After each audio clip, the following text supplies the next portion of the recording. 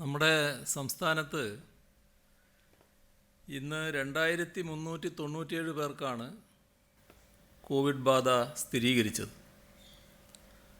അതിൽ 2317 പേർക്കും സമ്പർക്കം മൂലമാണ് രോഗബാധയുണ്ടായത്.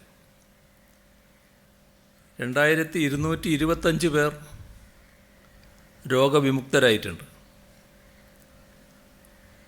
കോവിഡ് മൂലം 6 പേരാണ് ഇന്ന് മരണമടഞ്ഞത്.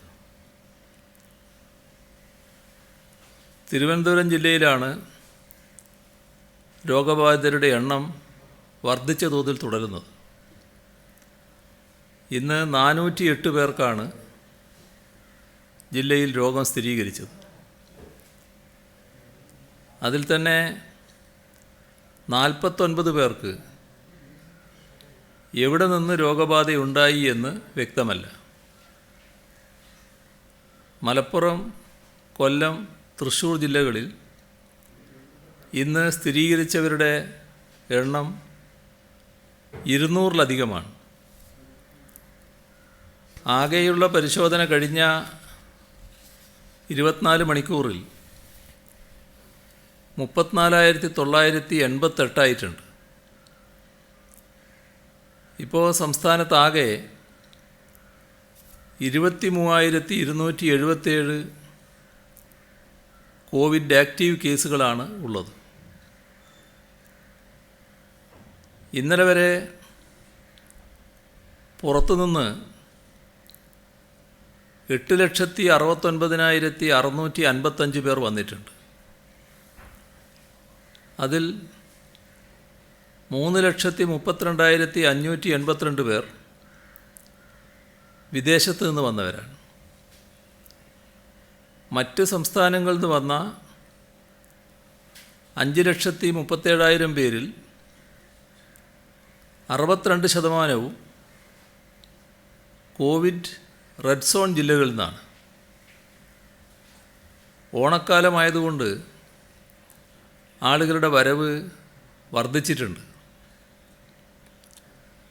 സമ്പർക്ക വ്യാപനം കൂടിയ ഒരു സാഹചര്യമാണ് കേരളത്തിൽ നിലവിലുള്ളത്. ഏതൊരു പകർച്ചവ്യാധിയുടെയും സ്വാഭാവികമായ ഒരു ഘട്ടമാണിത്. പലവട്ടം വ്യക്തമാക്കിയതുപോലെ ഇന്ത്യയിൽ തന്നെ ഏറ്റവും ആദ്യം രോഗം റിപ്പോർട്ട് ചെയ്യപ്പെട്ട പ്രദേശവും കോവിഡ് വ്യാപനത്തിന് ഒട്ടേറെ അനുകൂല ഘടകങ്ങൾ നിലനിൽക്കുന്ന സംസ്ഥാനവുമാണ് കേരളം. മറ്റ് സംസ്ഥാനങ്ങളിൽ മെയ്, ജൂൺ മാസങ്ങളിൽ തന്നെ 90% കേസുകളും സമ്പർക്ക വ്യാപനത്തിലൂടെയായിരുന്നു. എന്നാൽ ഇപ്പോഴാണ് കേരളത്തിൽ അത്തരമൊരു സ്ഥിതിവിശേഷമുണ്ടായത്. എക്സ്പൊണൻഷ്യലായി, അതായത് കുത്തനെ രോഗികളുടെ എണ്ണം കൂടുന്നതിന് പകരം ക്രമാനുഗതമായാണ് സംസ്ഥാനത്ത് രോഗികളുടെ എണ്ണം വർദ്ധിച്ചത്. നാം സ്വീകരിച്ച മുൻകരുതലുകൾ, കാണിച്ച ജാഗ്രത, അതിൻ്റെയൊക്കെ ഗുണഫലമായാണ് ഈ രീതിയിൽ സംഭവിച്ചത്. സമ്പർക്കം വഴി കൂടുതൽ പേരിലേക്ക് രോഗം ബാധിക്കുന്ന സാഹചര്യത്തിൽ ഇപ്പോൾ നാം എത്തി നിൽക്കുകയാണ്. ഇവിടെ നാം കാണിക്കേണ്ടത് രോഗികളുടെ എണ്ണം പൊടുന്നനെ കൂടാതിരിക്കാനുള്ള ജാഗ്രതയാണ്. രോഗികളുടെ എണ്ണം വല്ലാതെ കൂടിയാൽ മരണത്തിൻ്റെ എണ്ണവും വല്ലാതെ കൂടിയേക്കാം. നമ്മുടെ ആരോഗ്യ സംവിധാനങ്ങൾക്ക് കൈകാര്യം ചെയ്യാൻ പറ്റാത്ത തരത്തിലുള്ള സ്ഥിതിയിലേക്ക് കാര്യങ്ങൾ എത്തിയേക്കാം. അത് അനുവദിക്കാൻ പറ്റില്ല. ഇപ്പോൾ രോഗം പിടിപെടാതിരിക്കാൻ നാം ഓരോരുത്തരും ശ്രദ്ധിച്ചേ മതിയാവും. ഇത്തരമൊരു സാഹചര്യത്തിലാണ് ഇത്തവണത്തെ ഓണദിനം കടന്നു വരുന്നത്. അസാധാരണമായ ഒരു ലോക സാഹചര്യം. ആ ഘട്ടത്തിലാണ് തിരുവോണം കടന്നു വരുന്നത്. അതുകൊണ്ട് തന്നെ അസാധാരണമാം വിധം മ്ലാനമായ അന്തരീക്ഷത്തെ മുറിച്ച് കടക്കാൻ നമുക്ക് കഴിയുക തന്നെ ചെയ്യുമെന്ന പ്രത്യാശ പറത്തിക്കൊണ്ടാവണം ഇത്തവണത്തെ ഓണാഘോഷം. ഓണം വലിയൊരു പ്രതീക്ഷയും പ്രത്യാശയുമാണ്. ഏത് പ്രതികൂല സാഹചര്യത്തിനും അപ്പുറത്ത് അനുകൂലമായ പ്രകാശപൂർണമായ ഒരു കാലമുണ്ട് എന്ന പ്രതീക്ഷ. ഓണം ഭാവിയെ കൂടി പ്രസക്തമാക്കുന്ന ഒരു സങ്കല്പമാണ്. മനുഷ്യരെല്ലാവരും ഒന്നുപോലെ കഴിഞ്ഞിരുന്ന ഒരു കാലം പണ്ടുണ്ടായിരുന്നു എന്ന് ആ സങ്കല്പം പറഞ്ഞു തരുന്നു. അതുകൊണ്ട് തന്നെ വറ്റാത്ത ഊർജത്തിൻ്റെ കേന്ദ്രമാണ് ആ സങ്കല്പം.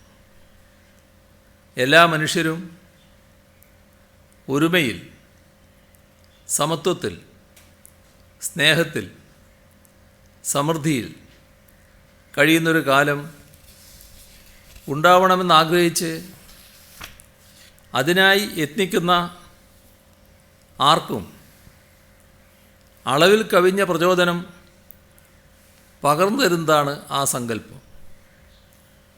ഓണം ഉണ്ണുന്നതും ഓണത്തിന് ഒത്തുചേരുന്നതും മലയാളികളുടെ ജീവിതത്തിൽ ഏറ്റവും ആഹ്ലാദകരമായ അനുഭവമാണ്. ഏത് പ്രയാസത്തിലും ഓണത്തിന് കുടുംബത്തിലേക്ക് ഓടിയെത്തുന്നതാണ് മലയാളിയുടെ ശീലം. ഈ വർഷം യാത്രകൾ നിയന്ത്രിക്കപ്പെട്ടിരിക്കുന്നു. നമുക്ക് ഓരോരുത്തർക്കും പ്രയാസമുണ്ടാക്കുന്ന അനുഭവമാണിത്. കോവിഡ് സൃഷ്ടിച്ച പരിമിതികൾക്കും പ്രയാസങ്ങൾക്കുമിടയിൽ ഓണത്തിന് സാധ്യമായ സഹായങ്ങൾ എത്തിക്കാനും ആനുകൂല്യങ്ങൾ നൽകാനും സർക്കാരിന് കഴിഞ്ഞിട്ടുണ്ട്. എല്ലാവിധ വേർതിരിവുകൾക്കും അതീതമായി, എല്ലാവിധ ഭേദചിന്തകൾക്കും അതീതമായി സന്തോഷത്തോടെ എല്ലാ മനുഷ്യരും കഴിയുന്ന ഒരു നല്ല കാലത്തിൻ്റെ പിറവിക്കായി എന്നും പ്രചോദനമാവട്ടെ ഓണം. കോവിഡ് വ്യവസ്ഥകൾ പാലിച്ചുകൊണ്ട് പരിമിതികൾക്കുള്ളിൽ നിന്ന് നമുക്ക് ഓണം ആഘോഷിക്കാം. എല്ലാ മലയാളികൾക്കും ഓണാശംസകൾ. കൃത്യമായ കരുതലോടെ ആവണം നമ്മൾ ഓണത്തെ വരവേൽക്കുന്നത്.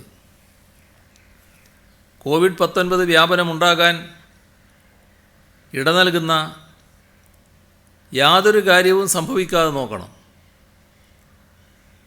പൊതുസദ്യകളും ആളുകൾ കൂട്ടം കൂടുന്ന ആഘോഷ പരിപാടികളും പരിപൂർണമായി ഒഴിവാക്കണം. ഓണത്തിൻ്റെ സമയത്ത് ബന്ധുക്കളുടെയും സുഹൃത്തുക്കളുടെയും വീടുകൾ സന്ദർശിക്കുന്ന പതിവ് നമുക്കുണ്ട്. ഇത്തവണ അത്തരം പതിവുകളിൽ നിന്നും വിട്ടുനിൽക്കാൻ എല്ലാവരും തയ്യാറാകണം. റിവേഴ്സ് ക്വാറന്റൈനിൽ കഴിയുന്ന വയോജനങ്ങളെ സന്ദർശിക്കുന്നത് ഒഴിവാക്കാനും ശ്രമിക്കണം. ഇത്തരം സാഹചര്യത്തിൽ പരിമിതികളുണ്ടെങ്കിലും ഓൺലൈൻ സൗകര്യങ്ങൾ ഉപയോഗിച്ചുകൊണ്ട് പരസ്പരം കാണുവാനും സംസാരിക്കാനും സന്തോഷം പങ്കുവെക്കാനും ശ്രമിക്കുക. ഓണക്കാലത്ത് വിപണികൾ ഏറ്റവും കൂടുതൽ സജീവമാകുന്നത് സ്വാഭാവികമാണ്. ഇത്തവണ കോവിഡ് നിയന്ത്രണങ്ങൾ മൂലം പരിമിതികളുണ്ട്. നാളെ ഉത്രാടമാണ്. കടകളിൽ പോകുമ്പോൾ കുട്ടികളെയും പ്രായമായവരെയും കൊണ്ടുപോകാതിരിക്കാൻ ശ്രദ്ധിക്കണം. ഒരു വീട്ടിൽ നിന്നും 1-2 പേർ മാത്രം ഷോപ്പിങ്ങിനായി പോകുക. പോകുന്നവർ കൈകൾ സാനിറ്റൈസ് ചെയ്യാനും മാസ്ക് ധരിക്കാനും സാമൂഹ്യ അകലം പാലിക്കാനും തയ്യാറാകണം. നേരത്തെ ഓണക്കാലത്തൊക്കെ കടകളിൽ തിരക്ക് കൂടുമ്പോൾ ഷട്ടർ താഴ്ത്തുന്ന രീതി ചില കടക്കാർ സ്വീകരിക്കാറുണ്ട്. ഇപ്പോൾ ഒരു കടയിലും സാധാരണയിൽ കൂടുതൽ ആളുകൾ ഉണ്ടാകാൻ പാടില്ല എന്ന് നേരത്തെ തന്നെ നിഷ്കർഷിച്ചിട്ടുണ്ട്. അത് കൃത്യമായി പാലിച്ചു പോകണം. ഓരോ കടയുടെയും സാധ്യതക്കനുസരിച്ചുള്ളവർ മാത്രമേ ഒരു സമയം കടക്കുള്ളിൽ ഉണ്ടാകാൻ പാടുള്ളൂ. മാത്രമല്ല, പഴയതുപോലെ ഷട്ടർ അടച്ചിടാനേ പാടില്ല. കാരണം അങ്ങനെ വന്നാൽ വായുസഞ്ചാരം കുറയും, രോഗം പെട്ടെന്ന് പടരാനുള്ള സാഹചര്യം സൃഷ്ടിക്കും. അപ്പോൾ ആ വഴി സ്വീകരിക്കാൻ പാടില്ല. നേരത്തെ നിർദ്ദേശിച്ചതുപോലെ കൃത്യമായ എണ്ണം കടക്കകത്ത് സൂക്ഷിക്കുന്നതിന് ജാഗ്രത കാണിക്കുകയാണ് വേണ്ടത്. വീടുകളിലേക്ക് സാധനങ്ങൾ ഫോണിൽ വിളിച്ചു പറഞ്ഞെത്തിക്കാനും ഓൺലൈൻ ഷോപ്പിംഗ് നടത്താനും സാഹചര്യമുള്ള സ്ഥലങ്ങളിൽ താമസിക്കുന്നവർ പരമാവധി ആ സാധ്യതകൾ ഉപയോഗിക്കാൻ ശ്രമിക്കണം. അങ്ങനെ വന്നാൽ പൊതുവിടങ്ങളിലെ തിരക്ക് കുറക്കാൻ സാധിക്കും. വിളിച്ചന്വേഷിക്കാൻ പറ്റുന്ന കടകളിൽ തിരക്ക് കുറവാണെന്ന് ഉറപ്പുവരുത്തിയതിന് ശേഷം പോകാൻ ശ്രമിക്കുക. കടകളിലെ തിരക്ക് കുറയുമെന്ന ധാരണയോടുകൂടി തന്നെയാണ് കട തുറന്നിരിക്കുന്ന സമയം ദീർഘിപ്പിക്കുന്നതിന് തയ്യാറായത്. തുണിക്കടകളുടെ കാര്യത്തിലൊരു പ്രത്യേക ശ്രദ്ധ വേണം. അവിടെ ഓരോ ആളും വസ്ത്രങ്ങൾ ധരിച്ചു നോക്കി പാകമാണോ എന്ന് കണക്കാക്കി ഉള്ള ആ രീതി, അങ്ങനെ വസ്ത്രമെടുക്കുന്നത് ഒഴിവാക്കുക തന്നെ വേണം.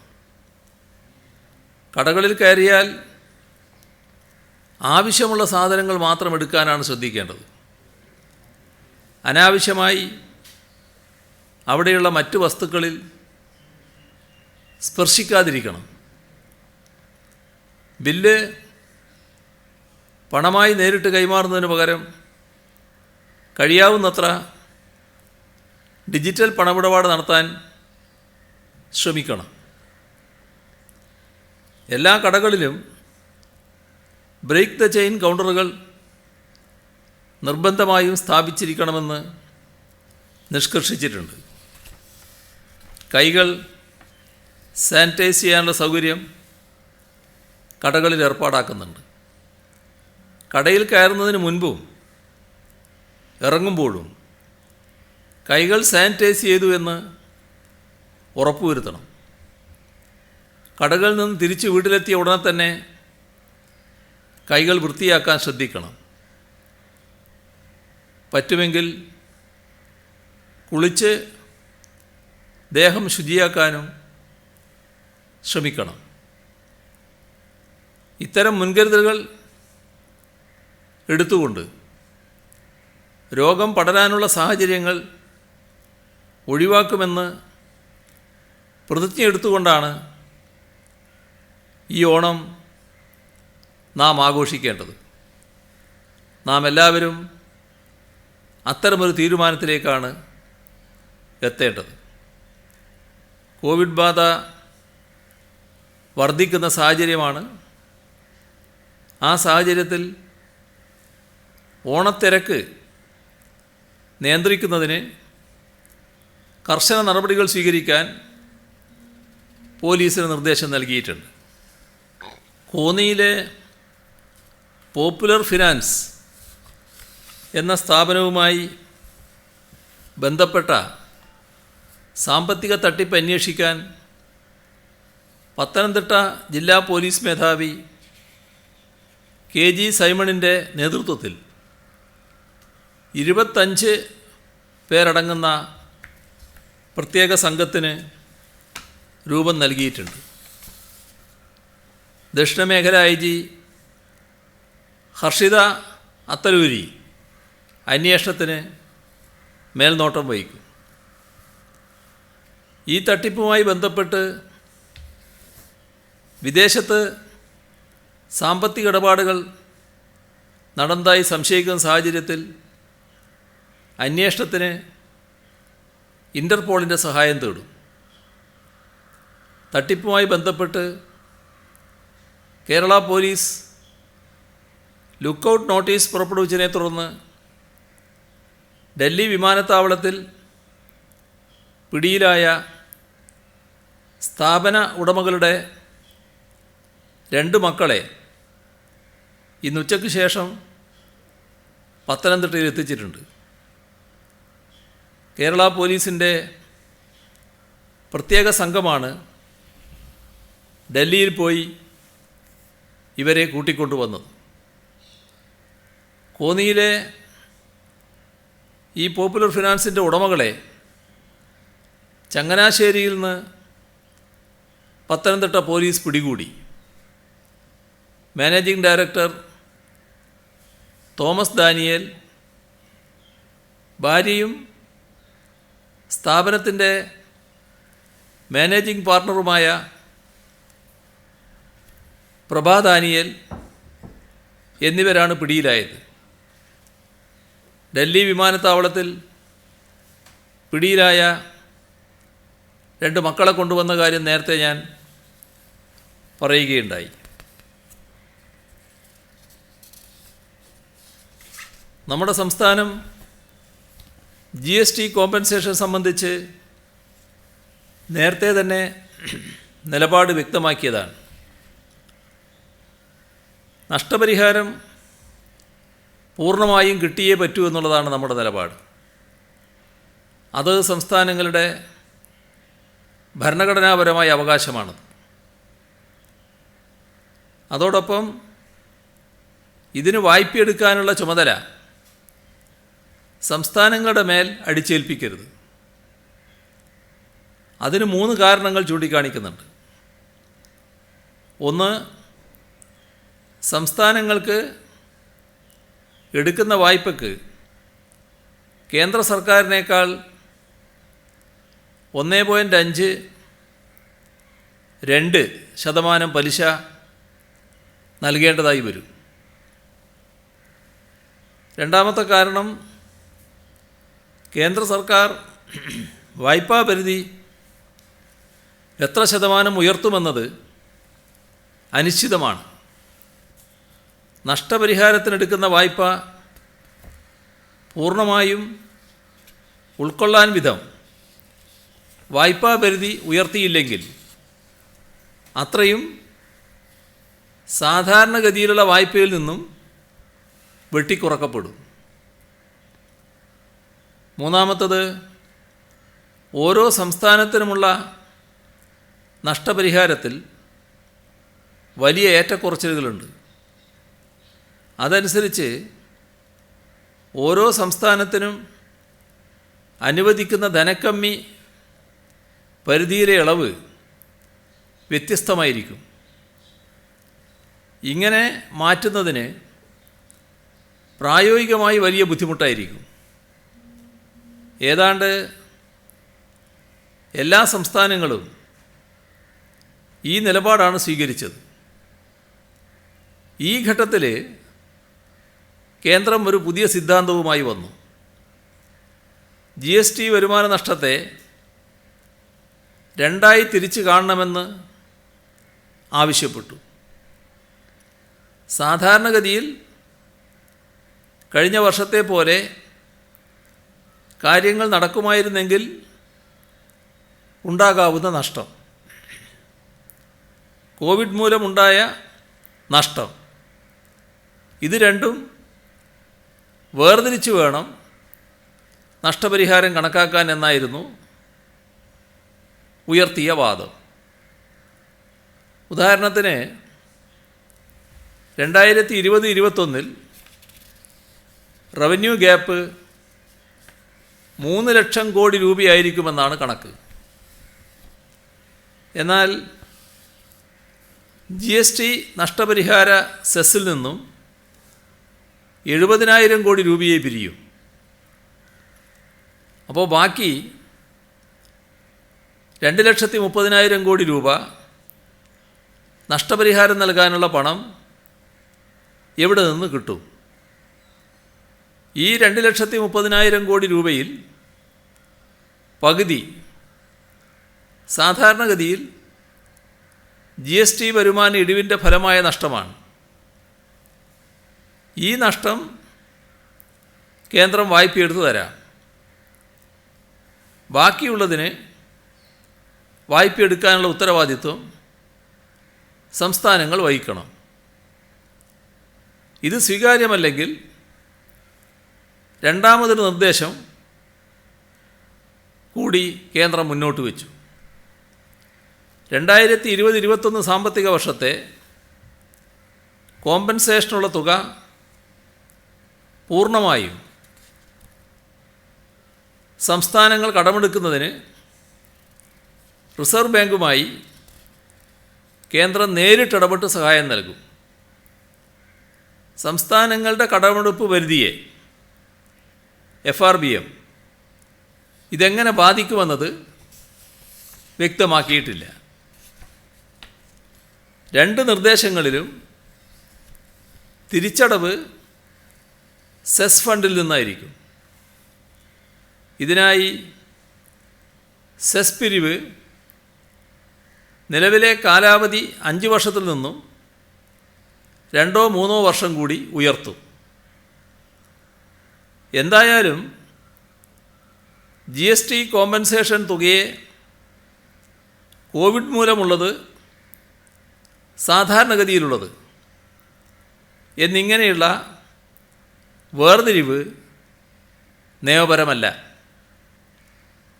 ഇത് ഭരണഘടനാ വിരുദ്ധമാണ്. അതുപോലെ കേന്ദ്രം ഇത് വായ്പയെടുത്ത് നൽകുകയും വേണം. കൗൺസിലിൽ സമാനമായ നിലപാട് സ്വീകരിച്ച ധനമന്ത്രിമാരുടെ യോഗം തിങ്കളാഴ്ച ഉച്ചകഴിഞ്ഞ് വീഡിയോ കോൺഫറൻസ് വഴി നടത്തുവാൻ ശ്രമിക്കുകയാണ്. എല്ലാവരെയും ഏകോപിച്ചൊരു നിലപാട് സ്വീകരിക്കാനാണ് കേരളം ശ്രമിക്കുന്നത്. കോഴിക്കോട് ജില്ലയിലെ കടലുണ്ടിയിൽ നിന്നും ഏതാണ്ട് 17 നോട്ടിക്കൽ മൈൽ അകലെ അപകടത്തിൽപ്പെട്ട ഫിഷിംഗ് ബോട്ടിലുണ്ടായിരുന്ന 6 മത്സ്യത്തൊഴിലാളികളെ രക്ഷിക്കാൻ കഴിഞ്ഞിട്ടുണ്ട്. കോഴിക്കോട് കസബ പോലീസ് സ്റ്റേഷനിലെ senior civil officer VP Pavithran നടത്തിയ സംയോജിതമായ ഇടപെടലാണ് മത്സ്യത്തൊഴിലാളികളുടെ ജീവൻ രക്ഷിച്ചത്.